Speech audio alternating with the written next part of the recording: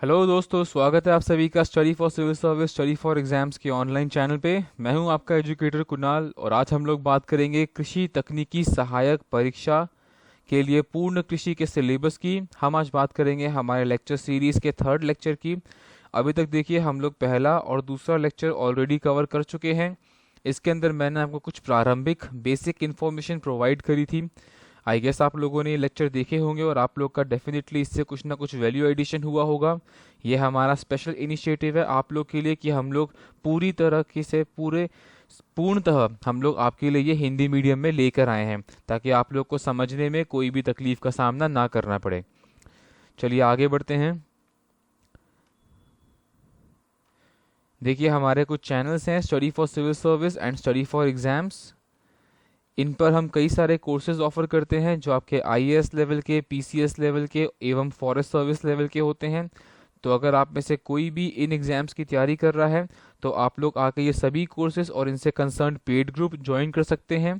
किसी भी इंक्वायरी के लिए आप लोग कांटेक्ट कर सकते हैं इन दो फ़ोन नंबर्स पे। आपको पेड ग्रुप में ये सब सुविधाएं मिलेंगी। अगर आप लोग सी सैट की तैयारी कर रहे हैं या आप लोग किसी भी वन डे एग्ज़ाम की तैयारी कर रहे हैं जिसके लिए आपको मैथ्स, रीजनिंग एवं इंग्लिश में कोई इनपुट चाहिए तो आप लोग आके हमारा चैनल स्टडी फॉर एग्जाम्स भी ज्वाइन कर सकते हैं। इसमें हम सभी जितने भी आपके पूरे इंडिया में वन डे एग्ज़ाम होते हैं, चाहे वो आपका एसएससी का एग्ज़ाम हो, कोई सीजीएल का, एमटीएस का या सीएचएसएल का, चाहे वो आपका एग्ज़ाम हो मंडी परिषद का, या चाहे वो आपका किसी भी वन डे पेपर का एग्ज़ाम हो, चाहे वो आपका यूपी ट्रिपल एससी का एग्ज़ाम हो लोअर का, उन सभी के लिए पूर्णतः कंटेंट आपको यहाँ पे मिलेगा। हमारे सभी लेक्चर्स आपके लिए फ्री ऑफ कॉस्ट अवेलेबल हैं। तो आके हम लोग को ज्वाइन करिए और इन सभी फैसिलिटीज़ का फ़ायदा उठाइए। चलिए हम लोग आगे बढ़ते हैं और जहां हमने लेक्चर 2 पे छोड़ा था वहीं से आज आगे बात करेंगे। टोटल हम 4 लेक्चर में इस पूरे एग्जाम की तैयारी खत्म करेंगे। आज हम स्टार्ट करते हैं लेक्चर नंबर 3। आइए देखते हैं क्या पढ़ना है हमें आज। देखिए अब हम बात करते हैं भारत में स्थानांतरित कृषि की, यानी कि ट्रांसफर्ड एग्रीकल्चर की। ठीक है, यहाँ पे मैंने आप लोग के लिए लिखे हैं कृषि के प्रकार और यहाँ मैंने आपको बताया है उनके क्षेत्र के बारे में। आइए एक बार देखते हैं। देखिए ये जो नाम है यह सभी नाम आपके परीक्षा के हिसाब से महत्वपूर्ण हैं और आपके परीक्षा में ये सभी आने की अच्छी खासी संभावना है। देखिए पोडू या पेंडा ये आपका आंध्र प्रदेश में होता है। बाल्त्रे ये आपका दक्षिणी पूर्वी राजस्थान में है। जारा एवं एरका यह दक्षिणी भारतीय राज्य में होता है। बेवार एवं डाहिया यह आपका मध्य प्रदेश में है। झूम होता है उत्तरी पूर्वी भारत में। दीपा होता है बस्तर जिला छत्तीसगढ़ में। कमान, ब्रिंगा और पामाडाबी यह आपके पाए जाते हैं उड़ीसा में। एवं कुमारी जो है यह आपका होता है पूर्णतः पश्चिमी घाट में। तो ये जितने भी नाम हैं इनमें से कुछ आपके पहले कई परीक्षाओं में पूछे जा चुके हैं और कुछ आपके इस परीक्षा में आने की संभावना है।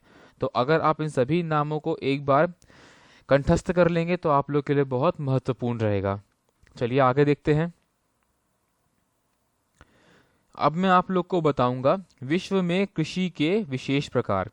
देखिए दोस्तों, आप लोग ये बात मान के चलिए कि इस पर्टिकुलर पोर्शन में से कम एक प्रश्न आपको आपकी परीक्षा में अवश्य मिलने वाला है। तो मैं जो भी आपको बताऊं और मैं जिन पे कहूं कि यह अति महत्वपूर्ण है उन पे पूर्णतः ध्यान दीजिए क्योंकि ये आपकी बहुत सहायता करने वाले हैं। आइए देखते हैं। पहला है विटीकल्चर, यह आपके लिए महत्वपूर्ण है। अंगूरों का उत्पादन। देखते हैं दूसरा पिसीकल्चर। देखिए कॉमन है, मछली को हम अंग्रेजी में कहते हैं पाइसेस या फिर फिशेस।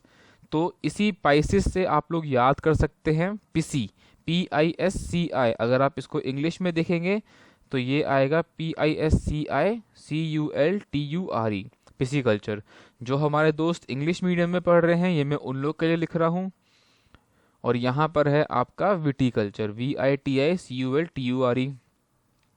पिसीकल्चर है मछली पालन की क्रिया। ठीक है, आइए आगे देखते हैं। अगला है हमारे पास सेरीकल्चर। ये देखिए बहुत बार बहुत सी भिन्न भिन्न परीक्षाओं में ऑलरेडी पूछा जा चुका है। तो ये भी आपके लिए बहुत ही महत्वपूर्ण बन जाता है। सेरीकल्चर है रेशम उत्पादन की क्रिया, मतलब सिल्क प्रोडक्शन को हम कहते हैं सेरीकल्चर। अब आप लोग को पता है कि यह रेशम के कीड़े से आपको मिलता है।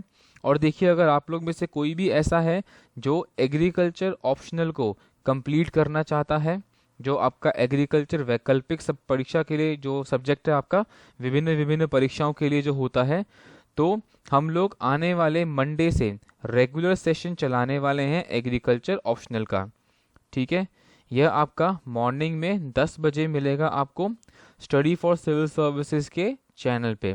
ठीक है, तो आप लोग अब ये लेक्चर अटेंड कर सकते हैं। पहले ये पूरी सीरीज जो है हमारी कंटिन्यूड थी, बीच में कुछ समय के लिए कुछ प्रॉब्लम्स आई तो हमें ये सीरीज डिसकंटिन्यू करनी पड़ी। पर अब जो भी लोग तैयारी कर रहे हैं, मैं उन सबको इन्फॉर्मेशन दे रहा हूँ कि यह अभी आपका रेगुलर चलेगा, परंतु अभी यह पूर्णतः इंग्लिश मीडियम में रहेगा। लेकिन आपको पढ़ाऊंगा मैं ही, और इस तरीके से पढ़ाऊंगा कि जो हमारे दोस्त हिंदी मीडियम के भी हैं उन्हें एटलीस्ट एक बार चीज़ें समझ में आ जाएं। ठीक है, अगर आपको यहाँ से एक बार चीज़ें समझ में आ गई तो जब यह पूरा बैच हमारा हिंदी माध्यम में चलेगा तब आपको जो टेक्निकल टर्म्स हैं वो भी हिंदी में लिखी हुई मिलेंगी। और जिस तरीके से अभी पूरा कंटेंट आपको यहाँ पे हिंदी में लिखा हुआ मिलता है इस लेक्चर में, तब आपको हिंदी की सीरीज में पूरा कंटेंट भी हिंदी में लिखा हुआ मिलेगा। तो यह आप सबके लिए बहुत महत्वपूर्ण है, इसको अटेंड करना। तो जरूर इस सेशन को अटेंड करिए एंड चिंता मत करिए, आपकी परीक्षाओं से पहले आपका पूरा सिलेबस एग्रीकल्चर का भी कवर करवा दिया जाएगा। आइए आगे देखते हैं। नेक्स्ट है हमारे पास हॉर्टिकल्चर, जो आपके बागवानी फसल होते हैं, मतलब फल सब्जी आदि, उनका उत्पादन जब हम करते हैं तो ये आपका होता है हॉर्टिकल्चर। अब देखिए नेक्स्ट है आपका ओलिविकल्चर।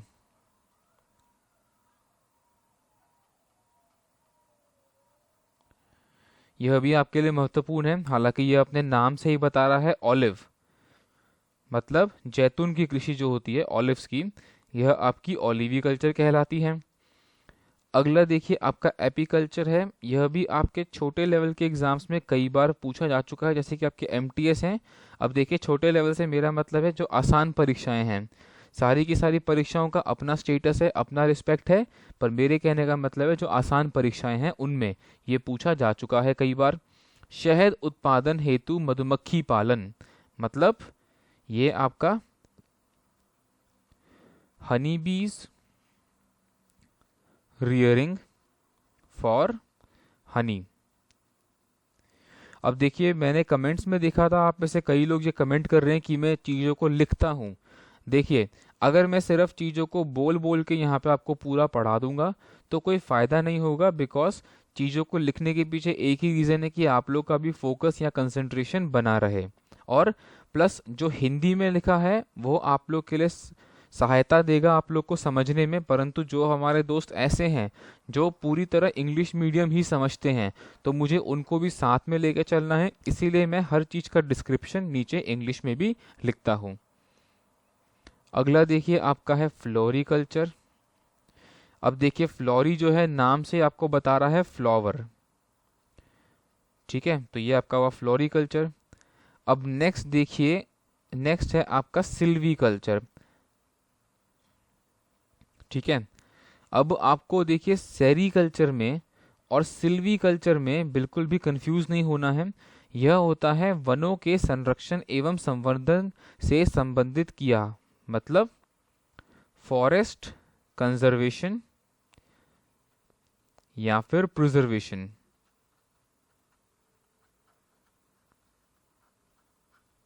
यह आपका कहलाता है सिल्वीकल्चर। अब अगला देखिए आपका है ओलेरीकल्चर। अब यहाँ भी देखिए आपको ओलेरीकल्चर में एवं ऑलीकल्चर में बिल्कुल भी कंफ्यूज नहीं होना है। ओलेरीकल्चर आपका होता है पौष्टिक शाक सब्जियों की कृषि, जो आपके लिए बेनिफिशियल सब्जियां हैं उनकी कृषि। अब नेक्स्ट देखिए आपके लिए है वर्मी कल्चर। मतलब क्या होता है कि जो आपके केचुआ होते हैं, मतलब कि वर्म्स हो गए आपके, जिनको हम कहते हैं नेमेटोड्स, इनका पालन एवं कृषि उत्पादन में वृद्धि हेतु केंचुआ पालन, यह कहलाता है वर्मी कल्चर। यह आपकी जो कंपोस्ट वैल्यू है उसको इंक्रीज करता है। अब नेक्स्ट देखिए आपका है मोरी कल्चर, यह है रेशम कीट हेतु शहतूत की कृषि। आगे देखिए आपके लिए है एरोपोनिक्स। एरोपोनिक्स होता है पौधों को हवा में उगाना, ठीक है, मतलब एयर की हेल्प लेना। नेक्स्ट है आपके लिए पोमोलॉजी। पोमो, यह आपका होता है फल विज्ञान यानी कि फ्रूट साइंस। ठीक है दोस्तों, अब देखिए जिन लोग को अभी समझने में थोड़ी भी तकलीफ हो रही है हिंदी मीडियम में या हिंदी माध्यम में, तो मैं आप लोग को बताना चाहूँगा कि पूरे तरीके से जो पीडीएफ है ये आप लोग के लिए अवेलेबल है, जो मैंने खुद बनाई है। और यह पीडीएफ दोनों ही माध्यम में, इंग्लिश एंड हिंदी में आपके लिए अवेलेबल है। वीडियो का जो डिस्क्रिप्शन है उसमें आपको लिंक मिल जाएगा और आपको आइडिया लग जाएगा कि ये पीडीएफ किस तरीके से आप लोग के लिए अवेलेबल रहेगी। पर पूरे तरीके से इंग्लिश और हिंदी में पीडीएफ आप लोग के लिए यह अवेलेबल होने वाली है। तो जो इंग्लिश मीडियम है वो भी परेशान ना हो, आपको पूरी पीडीएफ जरूर मिलेगी। आगे देखते हैं, देखिए अगला हमारे पास है पढ़ने के लिए प्रमुख कृषि संस्थान, मतलब मेजर एग्रीकल्चरल इंस्टीट्यूशंस। अब देखिए भारतीय कृषि अनुसंधान परिषद, यह आपका नई दिल्ली में है। अब देखिए जिन पे मैं स्टार मार्क कर रहा हूँ ये तो याद करना अति आवश्यक, अति महत्वपूर्ण है आपके लिए। भारतीय कृषि अनुसंधान संस्थान, ठीक है, पहला आपका था परिषद, अब है संस्थान, ये भी नई दिल्ली में है। भारतीय गन्ना अनुसंधान संस्थान, जो लोग यूपी के एग्जाम्स की तैयारी कर रहे हैं यह उनके लिए अति महत्वपूर्ण है, बिकॉज शुगर केन जो है, गन्ना जो है, और उससे जो भी आपका शुगर बनता है, जैगरी बनता है, मोलासिस बनता है, यह सब काफ़ी ज़्यादा महत्वपूर्ण है और आपके यूपी के पर्सपेक्टिव से बहुत ही ज़्यादा महत्वपूर्ण है। केंद्रीय तंबाकू अनुसंधान संस्थान, यह भी महत्वपूर्ण है, यह आपका राजमुंद्री आंध्र प्रदेश में है। भारतीय चीनी संस्थान, ये कानपुर में है। केंद्रीय रोपण फसल अनुसंधान संस्थान, यह आपका कासरगोड केरल में है। केंद्रीय आलू अनुसंधान संस्थान, यह आपका शिमला में है। केंद्रीय भेड़ प्रजनन फार्म, यह आपका हरियाणा हिसार जिले में है। राष्ट्रीय चावल शोध संस्थान, यह अति महत्वपूर्ण है, यह आपका कटक उड़ीसा में है। राष्ट्रीय डेयरी विकास बोर्ड आनंद में है, जहाँ पे कई सारे देखिए आपके अमूल वगैरह के और जो पराग डेयरी है इन सब के भी बहुत बड़े बड़े प्लांट्स गुजरात में आनंद में हैं, तो इसलिए यह आपको याद करना आसान रहेगा कि अमूल आनंद। राष्ट्रीय डेयरी अनुसंधान संस्थान, यह आपका करनाल हरियाणा में है। यह देखिए दोनों ही इम्पोर्टेंट है, एक आपका विकास बोर्ड है और एक आपका अनुसंधान संस्थान है, ठीक है। तो दोनों में आपको कंफ्यूज नहीं होना है कि कौन से में किसके बारे में बात करी जा रही है, ठीक है, क्योंकि इन दोनों के जो जिले हैं और जो स्टेट है दोनों ही अलग अलग हैं। ICAR गन्ना प्रजनन संस्थान, Indian council of agriculture research गन्ना प्रजनन संस्थान, कोयम्बटूर तमिलनाडु। केंद्रीय कॉफी अनुसंधान संस्थान, बहुत महत्वपूर्ण है खासकर अब एग्जाम्स के पॉइंट ऑफ व्यू से, यह आपका चिकमंगलुरु कर्नाटक में है। राष्ट्रीय केला अनुसंधान केंद्र त्रिची तमिलनाडु। केंद्रीय उर्वरक गुणवत्ता नियंत्रण एवं प्रशिक्षण संस्थान फरीदाबाद हरियाणा में है। तो जो लोग आपके HCS की तैयारी कर रहे हैं यह उनके लिए इम्पोर्टेंट हो गया है, ठीक है। जिस भी स्टेट के एग्जाम की आप तैयारी कर रहे हैं उस पर्टिकुलर स्टेट के तो आपको याद करने ही करने हैं, उसके अलावा जिन पे मैं स्टार मार्क कर रहा हूँ वह याद करना तो अति महत्वपूर्ण है। आपकी जो स्टेट्स के लोकल है वो तो आपको याद करने ही पड़ेंगे। आगे देखिए अगला है हमारे पास टिड्डी चेतावनी संगठन, यह आपका जोधपुर राजस्थान में है। विपणन एवं निरीक्षण निदेशालय, यह भी आपका फरीदाबाद में है। जो आपका केंद्रीय उर्वरक वाला था, केंद्रीय उर्वरक गुणवत्ता नियंत्रण एवं प्रशिक्षण संस्थान, यह भी आपका फरीदाबाद में ही था, ठीक है। राष्ट्रीय पौध संरक्षा एवं प्रशिक्षण संस्थान, यह आपका हैदराबाद में है।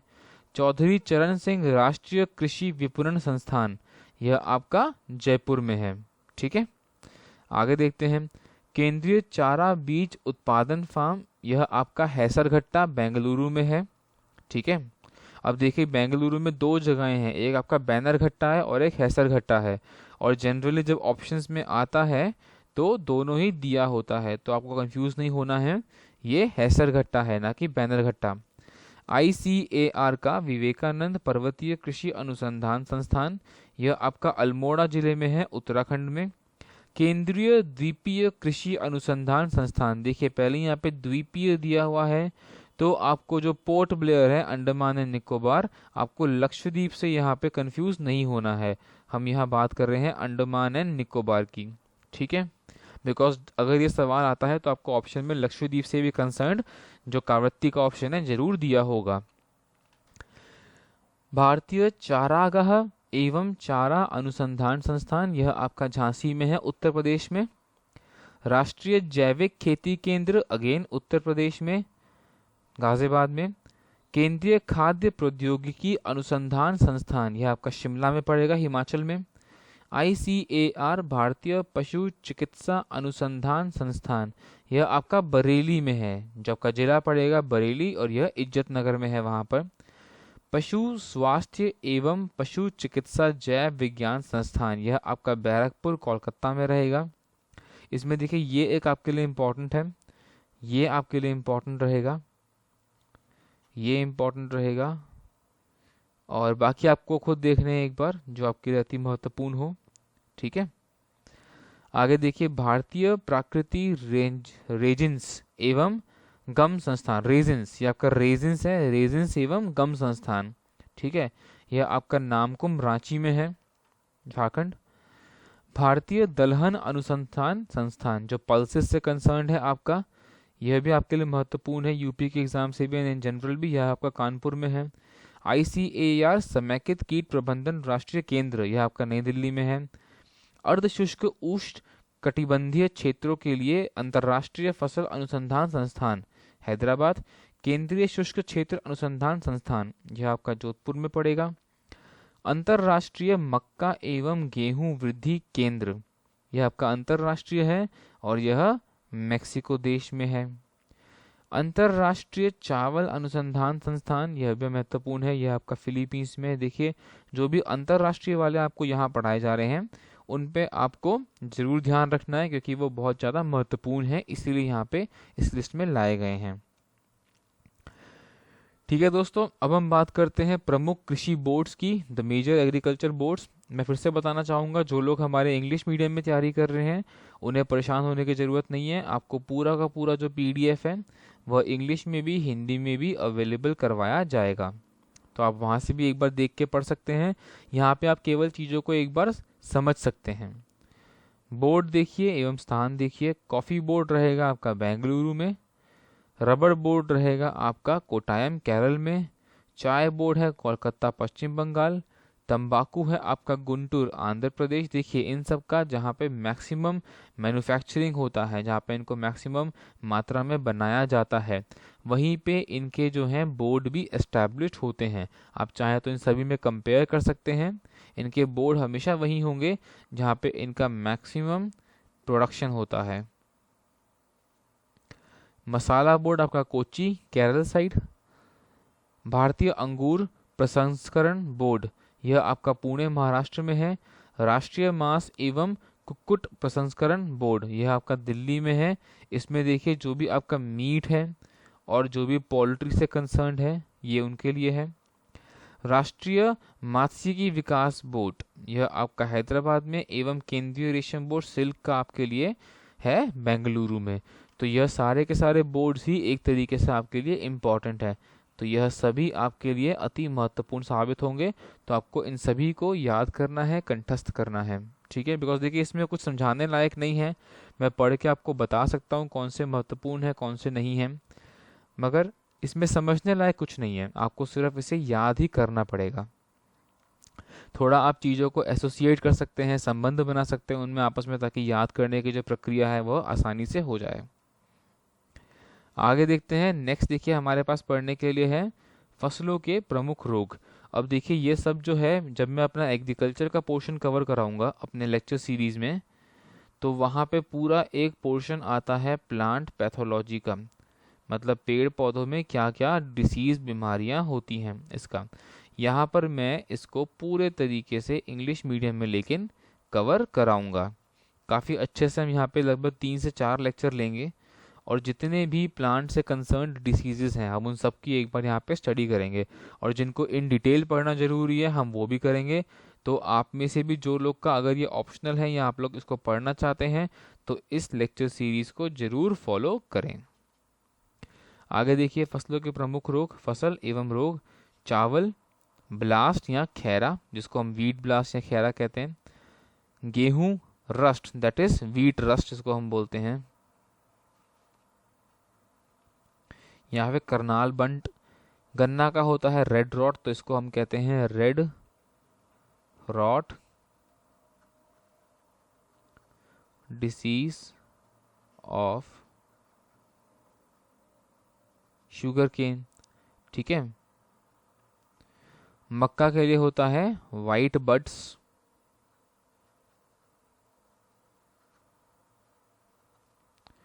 सरसों सफेद किट्टू, बाजरा अर्गट दैट इज जो हरित बाल होता है आपका दैट इज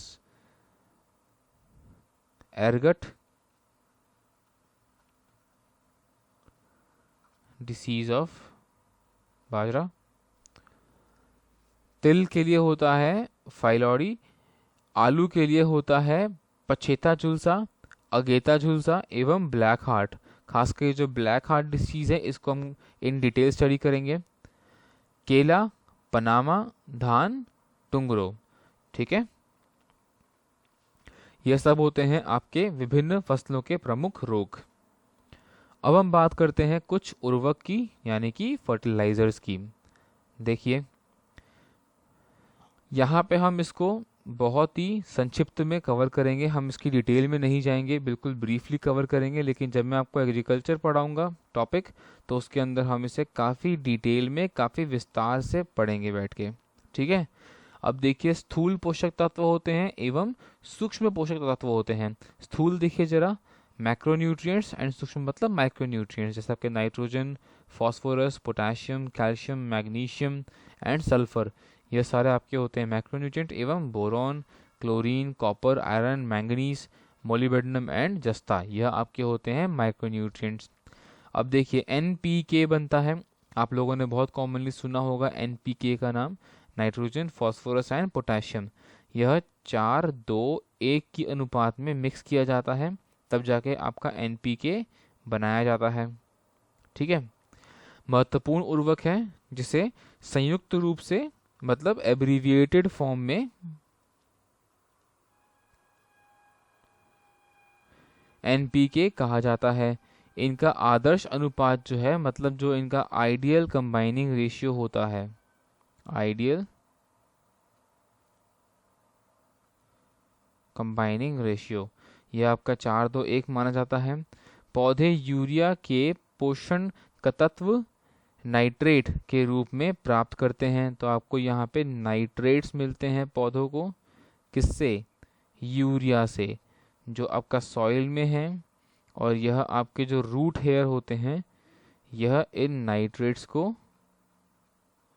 कोहेशन की हेल्प से इम्बाइब कर लेते हैं, ठीक है। ये सब मैं पढ़ाऊंगा आपको इन डिटेल, अभी इंग्लिश मीडियम में और बाद में हिंदी मीडियम में भी जब अपने एग्रीकल्चर की डिटेल लेक्चर सीरीज कराऊंगा, जो कि यूरिया में 46% होता है।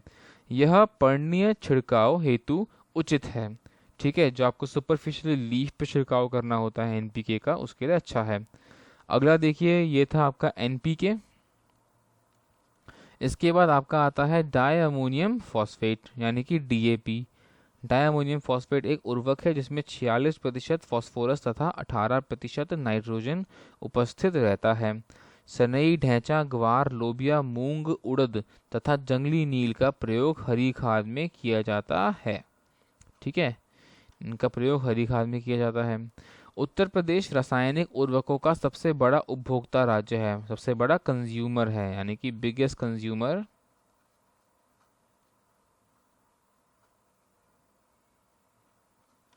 ऑफ केमिकल फर्टिलाइजर्स कौन सा होता है आपका? यूपी, ठीक है।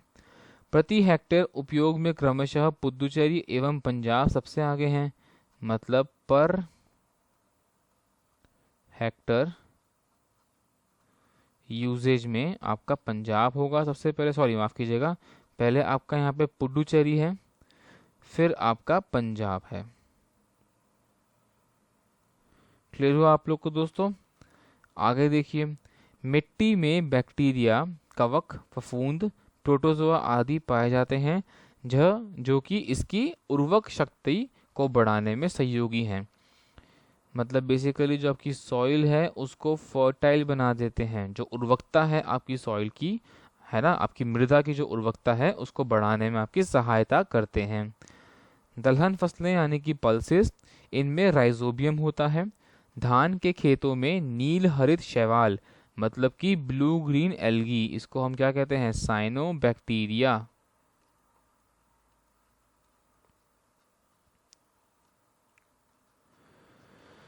तथा एजोला। ठीक है, एजोला जो है, जो आपके राइस होते हैं जिनको हम पैडी फील्ड कहते हैं, जनरली आपके चावल के खेतों में जो अजोला हैं यह पाए जाते हैं, जो जड़ है उसके साथ में सिम्बायोटिकली एसोसिएट होते हुए। अब देखिए इनके अतिरिक्त जो हैं आपके एजोबैक्टर हैं, फिर आपका एजोस्पिरिलम है, फिर आपका एसिटोबैक्टर है। ठीक है, ये क्या करते हैं, नाइट्रोजन स्थितीकरण, मतलब नाइट्रोजन फिक्सेशन करने में हेल्प करते हैं एनवायरनमेंट में, माने कि जो आपका जीवाणु है ये सारे आपके वातावरण में मददगार साबित होते हैं नाइट्रोजन स्थिरीकरण करने के लिए। अब देखिए केंचुए को मिट्टी की उर्वरता बढ़ाने के कारण, ये कारण है और ये आपका उर्वरकता है, कृषकों का मित्र कहा जाता है। किसको? केंचुओं को, मतलब कि वर्म्स को। इन्हीं को हम नेमेटोड भी कहते हैं। यह आपकी मिट्टी की उर्वरकता को बढ़ाते हैं, इसलिए हम इसे कृषि का मित्र भी कहा जाता है। अब देखिए हम बात करेंगे भारत में सिंचाई की। देखिए भारत में कृषि जो है यह मुख्यतः मानसून पर निर्भर रहता है, हम लोग को पता है, जो काफ़ी अनिश्चित है एवं कम समय हेतु ही जल को उपलब्ध करवाता है।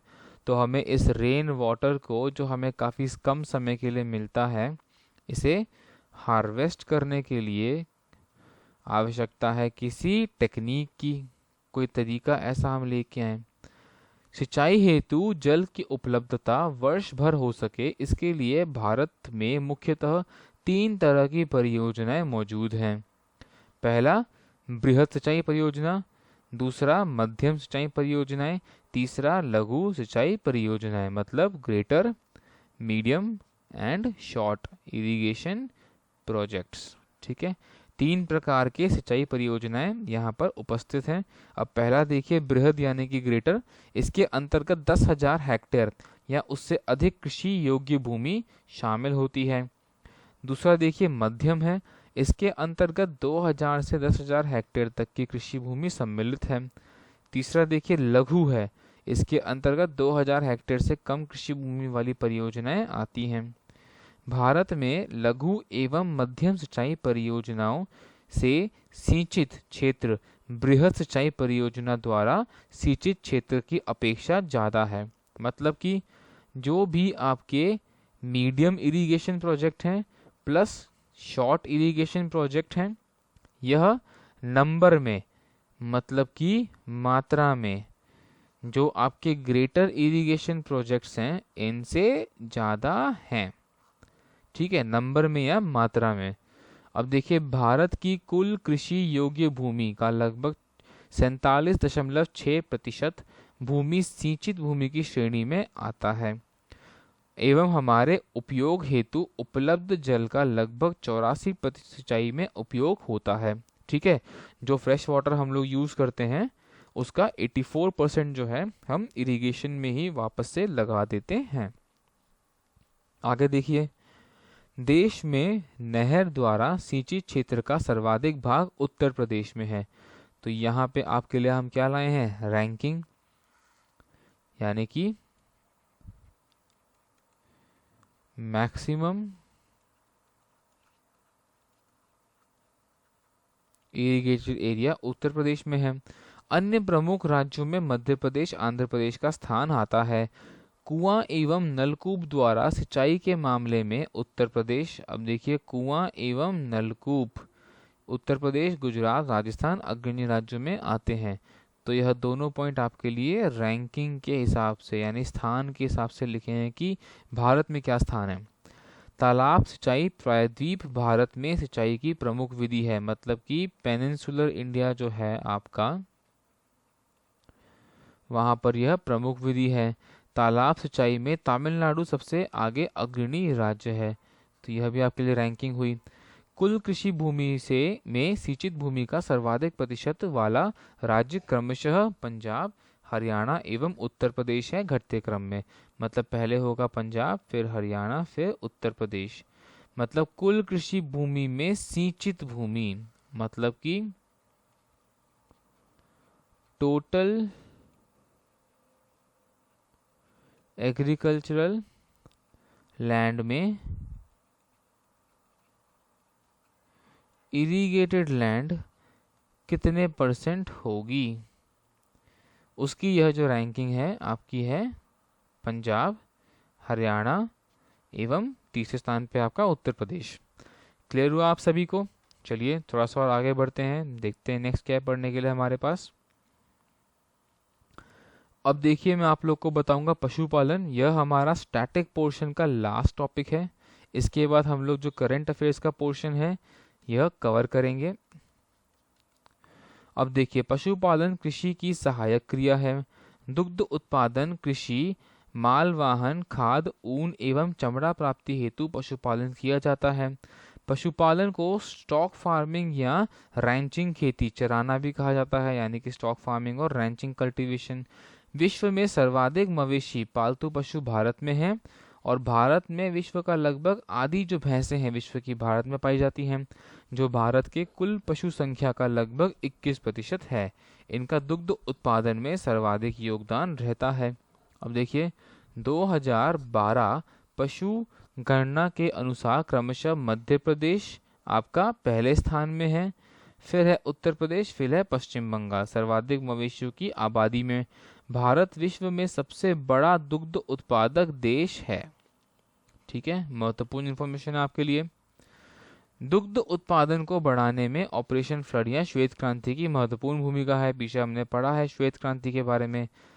इनके जनक डॉक्टर वर्गीस कुरियन, बहुत ही इंपॉर्टेंट नाम है ये आप लोग के लिए। यह व्हाइट रेवोल्यूशन से एसोसिएटेड हैं। देखिए जिस तरह आपके प्रोफेसर MS स्वामीनाथन एवं नॉर्मन बोरलॉग, यह दोनों हैं एसोसिएटेड संबंधित ग्रीन रेवोल्यूशन से, उसी तरीके से आपके डॉक्टर वर्गीस कुरियन है एसोसिएटेड व्हाइट रेवोल्यूशन से। ये दोनों ही इंफॉर्मेशन जो है आप लोग के लिए अति अति अति महत्वपूर्ण है। ठीक है, देश में 7 केंद्रीय पशु प्रजनन केंद्र हैं। सूरतगढ़ राजस्थान, चिपलीमा सूनाबेड़ा उड़ीसा, घमरोड गुजरात, हैसरघट्टा कर्नाटक, अलमाड़ी तमिलनाडु एवं आदेश नगर उत्तर प्रदेश। अब देखिए भारत में क्या क्या प्रमुख नस्लें पाई जाती हैं भैंसों की। मुर्रा, नीली रावी, भदावरी, नागपुरी, सुरती, जाफराबादी एवं महसना। और यह आपके स्टेट्स हैं। पंजाब हरियाणा में मुर्रा, पंजाब में नीली रावी, उत्तर प्रदेश मध्य प्रदेश में भदावरी, महाराष्ट्र में नागपुरी एवं गुजरात में सुरती, जाफराबादी या महसना। अब देखिए जो गायों की प्रमुख नस्लें हैं, ये तो थी भैंसों की नस्लें। अब बात करेंगे जो प्रमुख नस्लें आपकी गायों की हैं। साहिवाल सर्वाधिक दूध देने वाली, पंजाब राजस्थान माफ करिए, गिर गुजरात, महाराष्ट्र एवं राजस्थान, सिंधी गुजरात। तो यह कुछ महत्वपूर्ण स्थान थे जहाँ पे आपको अलग अलग प्रमुख प्रजातियां, प्रमुख नस्लें मिलती हैं गायों की एवं भैंसों की। 2 और हैं, कंकरेज थारपारकर राजस्थान गुजरात में एवं देओनी कर्नाटक महाराष्ट्र में। क्लियर हुआ आप लोग को? चलिए आगे देखते हैं। अगला है हमारे पास भेड़। भेड़ों की संख्या में दृष्टिकोण से भारत का विश्व में तीसरा स्थान है। महत्वपूर्ण इन्फो है। भेड़ मुख्यतः ऊन एवं मांस उत्पादन के लिए प्रयोग में लाई जाती है। हिसारडेल भेड़ ऑस्ट्रेलिया की मेरिनी रैम तथा भारत की बीकानेरी ईव के संस्करण से विकसित हुई है। ठीक है, मतलब इनका जब कॉम्बिनेशन हुआ, जब इनका फर्टिलाइजेशन हुआ, तब ये बनी है। आंध्र प्रदेश में सर्वाधिक भेड़ पाई जाती है, ये भी क्लियर है आप लोग को। ठीक है, यह आपका रैंकिंग के हिसाब से हो गया, स्थान के हिसाब से हो गया। अब देखिए बकरियां, बकरी को गरीबों की कामधेनु कहा जाता है। चीन के बाद भारत में सर्वाधिक बकरियां पाई जाती है, मतलब भारत का विश्व में दूसरा स्थान यहाँ पे होगा।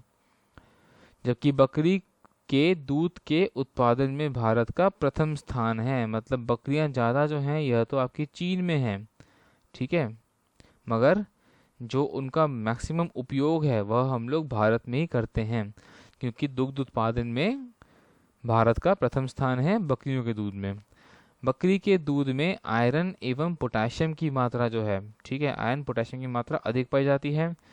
पश्मीना बकरियां कश्मीर में पाई जाती हैं। इनसे प्राप्त ऊन से विश्व प्रसिद्ध, बहुत इंपॉर्टेंट है, पश्मीना शॉल। इवन कभी कभार ये भी पूछता है कि जो पश्मीना शॉल है इसके पीछे बकरी रिस्पॉन्सिबल है या भेड़ रिस्पॉन्सिबल है या क्या रिस्पॉन्सिबल है।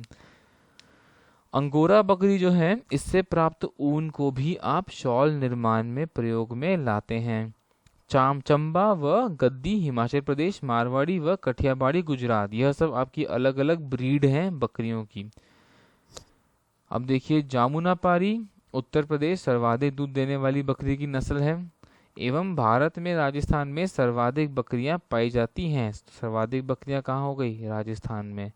तो यह आपका पशुपालन के दृष्टिकोण से बकरियों के लिए कुछ महत्वपूर्ण फैक्ट्स थे। अब देखिए कुक्कुट पालन मतलब पोल्ट्री, इसके अंतर्गत मुर्गी, बतख, टर्की आदि का पालन मांस तथा अंडे की प्राप्ति हेतु किया जाता है। देश में सर्वाधिक मुर्गी पालन आंध्र प्रदेश में होता है। तमिलनाडु, महाराष्ट्र, कर्नाटक, पश्चिम बंगाल, पंजाब भी अग्रणी हैं। मुर्गियों की प्रमुख नस्लें जो हैं new Hampshire, Rhode Island red एवं व्हाइट लेगहॉर्न तथा कड़कनाथ है। विश्व में अंडा उत्पादन में चीन प्रथम तथा भारत तीसरे स्थान पर है। भारत में आंध्र प्रदेश में अंडा उत्पादन में शीर्ष पर है। इसके अलावा देखिए आपका उत्तर प्रदेश, महाराष्ट्र, पश्चिम बंगाल एवं क्रमशः यह आपके अग्रणी मांस उत्पादक राज्य हैं। ठीक है, तो भारत में आप इनको मांस तथा अंडे की प्राप्ति हेतु प्रयोग में लेकर आते हैं। अब देखिए आगे, अब है रेशम कीट पालन, यह कहलाता है सिल्क वर्म रियरिंग।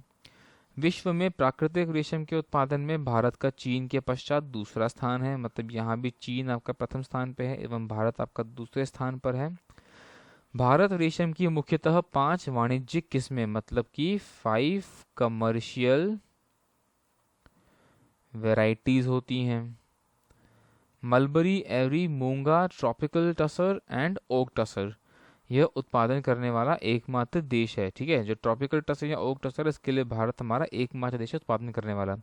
भारत में कर्नाटक का रेशम उत्पादन में प्रथम स्थान है। ठीक है, तो जितने भी आपके स्टेट्स हैं इन सभी स्टेट्स की जो भी रैंकिंग है, यह इंफॉर्मेशन से ही आपका एक सवाल तो कंफर्म बनेगा ही बनेगा। 1 क्वेश्चन कंफर्म, बिना डाउट कि आपका एक सवाल यहाँ पे बनना ही बनना है। इसके अलावा देखिए अगर आप और अच्छे से करते हैं स्टडी तो कोई बड़ी बात नहीं कि यहीं से आपके 2 या 3 सवाल भी निकल के आ जाएं। कर्नाटक मुख्यतः मलबरी रेशम का उत्पादन करता है एवं जो आपका ट्रॉपिकल टसर है उसका उत्पादन झारखंड में होता है। ओक टसर का उत्पादन मुख्यतः मणिपुर एवं हिमाचल प्रदेश में किया जाता है। अब देखिए एरी एवं मूंगा रेशम का मुख्यतः उत्पादन असम में होता है। ठीक है, तो ये आपके जो अलग अलग वेराइटीज़ हैं मैं आपको उनके लिए भी बता रहा हूँ कि कौन सी कहाँ पर फेमस है। यह जो मैंने आपके लिए पॉइंट लिखे हैं वही हैं। वैश्विक स्तर पर मूंगा रेशम का मुख्यतः उत्पादन भारत में ही किया जाता है। मतलब अगर आपसे पूछा जाए कि कौन सी वैरायटी का, कौन सी किस्म का जो रेशम है उसका उत्पादन भारत में ही किया जाता है, तो यह एक बहुत अच्छा महत्वपूर्ण प्रश्न बनता है। एंड मेरे ख्याल से यह पहले परीक्षाओं में आ भी चुका है, बिकॉज मुझे कहीं पे देखा हुआ भी लग रहा है पहले भी किसी परीक्षा में, तो इसीलिए यह इस बार भी आने की बहुत संभावना बढ़ जाती है, क्योंकि यह प्रश्न आपका महत्वपूर्ण है कि जो आपकी मूंगा रेशम की किस्म है, यह इसका उत्पादन केवल भारत में ही किया जाता है। आइए आगे देखते हैं। नेक्स्ट है आपका मत्स्य पालन मतलब फिश रियरिंग। भारत विश्व का दूसरा सबसे बड़ा मत्स्य उत्पादक देश है, मतलब कि आपका फिश मैन्युफैक्चरर है। ठीक है, एक तरीके से मैन्युफैक्चरिंग ये कहेंगे बिकॉज ये वाणिज्यिक कार्यों के हिसाब से करा जाता है, मतलब कि कमर्शियल पर्पज को ध्यान में रख के किया जाता है। आगे है आपका, साथ ही यह विश्व में समुद्री पानी की मछली मतलब मरीन वाटर फिशेस का दूसरा सबसे बड़ा उत्पादक देश भी है, मरीन वाटर फिशेस के लिए केवल। ठीक है, तो ये बात आपको ध्यान रखनी है। कुल मत्स्य उत्पादन में सबसे अधिक योगदान क्रमशः आंध्र प्रदेश, पश्चिम बंगाल एवं गुजरात का है। अंतर्देशीय मत्स्य उत्पादन में आंध्र प्रदेश सबसे ऊपर है और समुद्री मत्स्य पालन में आपका गुजरात जो है यह प्रथम स्थान रखता है। ठीक है दोस्तों, तो इसी के साथ देखिए जो हमारा स्टैटिक पोर्शन था जो आपकी परीक्षाओं में आ सकता था, वह हमने यहाँ पे पूरे तरीके से ख़त्म कर लिया है, फिनिश कर लिया है। मैंने आप लोग को पहले भी बताया था कि आपको जो भी इसका पीडीएफ चाहिए, चाहे वो हिंदी में हो चाहे वो इंग्लिश में हो, आपको दोनों ही पीडीएफ आपके ग्रुप में प्रोवाइड कर दिए जाएंगे। कुछ और अगर आपको इन्फॉर्मेशन चाहिए तो वह आपके डिस्क्रिप्शन में अवश्य आप लोग को मिलेगी। तो हमने जो स्टैटिक पोर्शन है जो परीक्षा के हिसाब से महत्वपूर्ण है यहाँ पे ख़त्म कर दिया है। अब हम लोग आगे बढ़ते हैं और प्रारंभ करते हैं जो आपका करंट अफेयर्स का, यहाँ पर जिसको हम बोलते हैं रीसेंट न्यूज़ जो है आपकी। एक बार जरा उसको पढ़ते हैं जो कि केवल आपके कृषि के सब्जेक्ट से लिंक्ड है। ठीक है, चलिए आइए प्रारंभ करते हैं करंट अफेयर्स का। देखिए हम लोग करंट अफेयर्स के पोर्शन का प्रारंभ यहीं पे कर रहे हैं एंड मोस्ट प्रोबेबली अगले लेक्चर तक हम लोग इसको समाप्त भी कर देंगे। आइए देखते हैं सबसे पहले हमारे पास क्या है। देखिए मैं दो तरीके से आप लोग के लिए करंट अफेयर लाया हूँ। पहले मैं आप लोग को प्रोवाइड करूँगा सब्जेक्टिव न्यूज़, ठीक है, जो आपके लिए अति महत्वपूर्ण होगी और मैं सिर्फ छांट के लाया हूँ जो आपके परीक्षाओं में आ सकती है। और उसके बाद हम डील करेंगे एंड में केवल और केवल ऑब्जेक्टिव के क्वेश्चंस। ठीक है, बहुत आराम से लेके चलेंगे, आराम से एक एक चीज़ को समझते हुए आगे बढ़ेंगे। पहले करेंगे सब्जेक्टिव न्यूज़, फिर लेंगे ऑब्जेक्टिव के सवाल। आइए देखते हैं। सबसे पहला हमारे पास है आजीविका एवं आय संवर्धन के लिए कृषक सहायता मतलब कृषक assistance for livelihood and income augmentation. यह कालिया नाम की स्कीम है। देखिए आजीविका और आय संवर्धन के लिए कृषक सहायता यानी कि कालिया स्कीम उड़ीसा की एक सहायता योजना है। ये आपका देखिए बिल्कुल ही रीसेंट का करंट अफेयर है, यह आपका इनफैक्ट इसी साल का है, जिसका प्राथमिक लक्ष्य छोटे किसान, कृषक एवं भूमिहीन कृषि मजदूर हैं यानी कि small farmers, cultivators and landless agricultural labourers. ये मैंने साथ में लिख दिया इंग्लिश मीडियम में ताकि जो हमारे इंग्लिश मीडियम के दोस्त हैं उनको भी यहाँ भी समझने में कोई भी तकलीफ का सामना ना करना पड़े, वरना पीडीएफ तो आप लोग को मिलेगा ही। देखिए इस योजना में क्या है, खेती एवं संबंधित गतिविधियों को प्रोत्साहित करने के लिए भुगतान शामिल है। मतलब आप कह सकते हैं कि यहाँ पे हमने बात करी है कुछ विशेषताओं की। ठीक है, क्या क्या विशेषताएं हैं आइए देखते हैं योजना की विशेषताएं में। देखिए योजना की महत्वपूर्ण विशेषताएं इस प्रकार से हैं। इस योजना के तहत उड़ीसा 2020-21 तक 3 वर्षों में 10,180 करोड़, यह देखिए जो धनराशि है यह आपके लिए याद करना बहुत महत्वपूर्ण है कि ये क्या फिगर है धनराशि का, रुपए खर्च करेगा, काफ़ी इम्पोर्टेंट है ये। राज्य में खेती करने वालों एवं भूमिहीन खेतीहर मजदूरों को 92% काश्तकारों को लाभ पहुंचाने में और बड़े किसानों से लेकर भूमिहीन कृषकों तक हर श्रेणी सहित। ठीक है, तो अगर मैं बात करूं कि हम कोई भी स्कीम अगर लेके आते हैं तो हमारे पास एक टारगेट ग्रुप होता है। कोई भी हमारी स्कीम है तो उसके लिए एक टारगेट ग्रुप होता है। तो यह जो आपके भूमिहीन खेती हर मजदूर हैं एवं जो काश्तकार हैं है ना, जो आपके भूमिहीन कृषक हैं, राइट, इन सब के लिए यह स्कीम लाई गई है। तो यह सब आपके टारगेट ग्रुप हुए स्कीम के। ठीक है, आगे देखिए, सरकार जो है वह खेती के लिए सहायता के रूप में प्रति परिवार 10,000 रुपये देगी। खरीफ और रबी सीजन में प्रत्येक को 5-5 हजार रुपये देगी एवं 2018-19 से 2021-22 के बीच में 5 फसल सीजन के लिए प्रदान करेगी। तो यह जो पर्टिकुलर एक अमाउंट है, जो एक धनराशि यहाँ पर बताई गई है, यहाँ पे आपको इसकी जो वैलिडिटी है कि यह कब तक वैलिड है और कब तक आपको यह एक तरीके का ग्रांट सरकार की तरफ से मिलेगा, तो ये इन्फॉर्मेशन जो यहाँ पर है यह आपको दी गई है। देखिए, योजना के तहत वित्तीय सहायता स्वामित्व वाली भूमि की मात्रा से जुड़ी नहीं है। मतलब कि जो भी यहाँ पे वित्तीय सहायता है यानी कि फाइनेंशियल असिस्टेंस है, ठीक है, जो भी आपको इस स्कीम के अंतर्गत मिल रही है, यह जो स्वामित्व वाली भूमि है, मतलब कि जो लैंड ओनर्स हैं, जो लैंड ओनर्स की लैंड है, उनका जो क्वांटम ऑफ लैंड है, क्वांटम कह लीजिए या फिर साइज ऑफ लैंड कह लीजिए, यह इससे बिल्कुल भी लिंक्ड नहीं है। इन दोनों ही एस्पेक्ट को, इन दोनों ही चीज़ों को एक दूसरे से भिन्न रखा गया है ताकि कुछ भी ओवरलैपिंग इस स्कीम के अंतर्गत ना हो।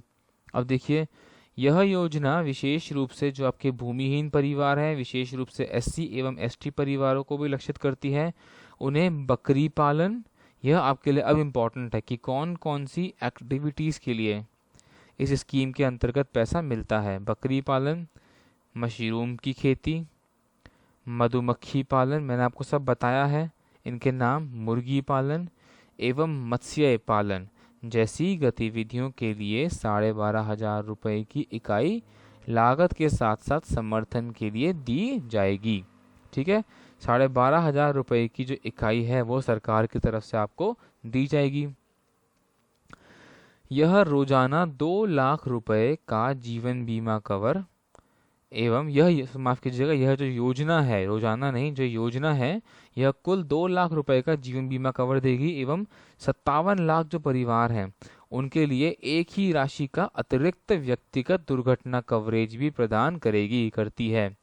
ठीक है, तो यह सब जो है प्रपोज्ड है उड़ीसा सरकार के द्वारा और अब इम्प्लीमेंट की ओर जा रहा है। ठीक है दोस्तों, अब देखिए, इस योजना में 50,000 रुपये तक के ब्याज मुक्त फसल ऋण का भी प्रस्ताव दिया गया है।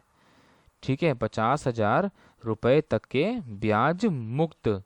तो यह देखिए, जो ये पर्टिकुलर पॉइंट्स है ना, एग्जाम में आपसे डायरेक्टली यही उठा के पूछता है। और मेरी मानिए तो यह जो प्रश्न है यह सिर्फ आपके इस पर्टिकुलर जो एग्रीटेक असिस्टेंट का आपका एग्ज़ाम है, सिर्फ इसके लिए ही नहीं है इम्पॉर्टेंट। अगर आप यूपीएससी जैसे एग्ज़ाम की भी तैयारी करते हैं तो मानिए आपको 4 पॉइंट दे देगा, 1 2 3 4, और बोलेगा इनमें से कौन से पॉइंट जो हैं यह सही है, मतलब कि सिलेक्ट द राइट ऑप्शन, यानी कि सही विकल्प को चुनिए। और जब ये आपको बोलेगा सही विकल्प को आपको चुनना है तो यही पॉइंट्स देगा जो मैंने आपको यहाँ पढ़ा रखे हैं। करेगा क्या, 50 की जगह पे 40 कर देगा, 57 लाख की जगह पे कुछ और कर देगा, और 12.5 की जगह पे 15 कर देगा। फिर आपसे बोलेगा कि 4 ऑप्शन है आपके पास ABCD, अब बताइए इनमें से कौन सा ऑप्शन सही है। और उसमें लिखा होगा कि प्रथम एवं द्वितीय वैकल्प सही है, कि चारों ही वैकल्प सही हैं, कि कोई नहीं सही है, कि तृतीय एवं चतुर्थ वैकल्प सही है। इस तरीके से आपको ये 4 ऑप्शन यहाँ पर बना के देता है यूपीएससी में। तो बहुत इजी हो जाता है अगर आपने चीज़ों को बहुत ही डिटेल में और ध्यान से एवं आराम से बिना भागा दौड़ी करे पढ़ रखा है। इसीलिए मैं चीज़ों को आराम से पढ़ाता हूँ ताकि भागना ना पड़े किसी भी बच्चे को। थोड़ा समय पढ़ाई को निकालना पड़ेगा आप लोग को भी। जो लोग कमेंट्स में डिमांड करते हैं कि थोड़ा स्लो स्पीड है, वो इस बात को समझें कि थोड़ा समय निकालने की आवश्यकता आप लोग को है, क्योंकि आप किसी और के लिए नहीं, अपने खुद के लिए पढ़ रहे हैं। अगर आपको अपने ही पढ़ने के लिए समय नहीं है तो जिंदगी में कुछ और अचीव करना बहुत मुश्किल साबित होगा आप लोग के लिए। आगे देखते हैं, यह योजना कृषि ऋण माफी की मांग के विकल्प के रूप में प्रस्तावित है। देखिए, काफ़ी ये मांग चल रही है, कई सारे राज्यों में यह कर भी दिया गया है, लेकिन उड़ीसा में कृषि ऋण माफी के विकल्प के रूप में प्रस्तावित करी गई है अभी तक की योजना। अभी जो इस पे फाइनल स्टैंप लगना है वह थोड़ा सा बाकी है कि फाइनल स्टैंप लग पाता है या नहीं। ठीक है, और देखिए इसके बारे में है, यह योजना छोटे स्तर पर खेती का समर्थन करके ग्रामीण गतिविधियों को लक्षित करने का प्रयास करती है एवं ऋण वसूली योजनाओं के तहत कवरिंग, मछली पकड़ने एवं पशु चराने का भी कार्य करती है।